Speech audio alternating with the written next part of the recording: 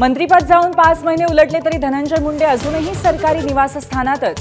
मुंबईत नसल्याचा मुंडेंचा दावा. मुंबईत स्वतःचं आलिशान घर असल्याचं उघड.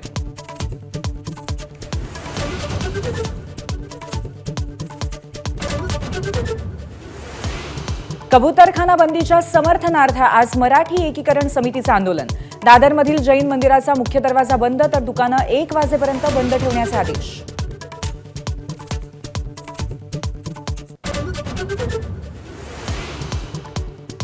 कबूतरखाना बंदी प्रकरणी आज मुंबई उच्च न्यायालयामध्ये सुनावणी. हायकोर्टाच्या सूचनांनुसार तज्ञ समितीची घोषणा होणार का याकडे लक्ष.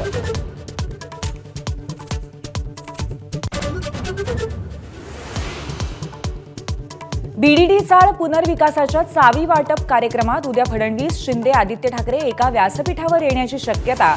महायुती महाविकास आघाडीत श्रेयवादाची लढाई रंगण्याची चिन्ह.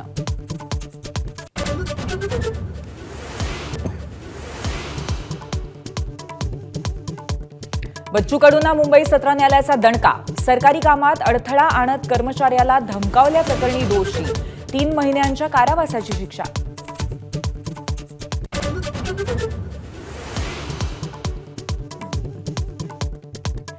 शक्तीपीठ महामार्गाला जोमाने विरोध करण्यासाठी मोहीम. काही दिवसांपूर्वी पार पडली ऑनलाईन बैठक. खासदार शाहू महाराज, विनायक राऊत, राजू शेट्टींची बैठकीला उपस्थिती.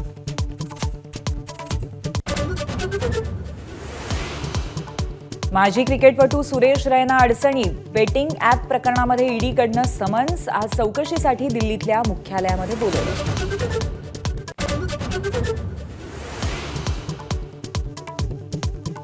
पद्मश्री शंकरबाबा पापळकरांची दृष्टिहीन कन्या माला झाली सरकारी अधिकारी. नागपूर जिल्हाधिकारी कार्यालयामध्ये महसूल सहाय्यक पदावर रुजू झाली.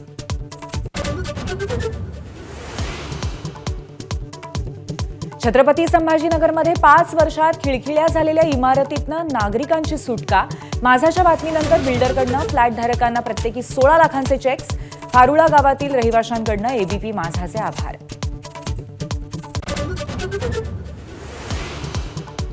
चेन्नईच्या कारखान्यामध्ये भारतातील पहिल्या हायड्रोजन ट्रेनची निर्मिती सुरू.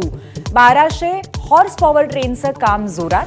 रेल्वे मंत्र्यांनी दाखवली ताशी 110 किलोमीटर वेगाने धावणाऱ्या ट्रेनची पहिली झलक.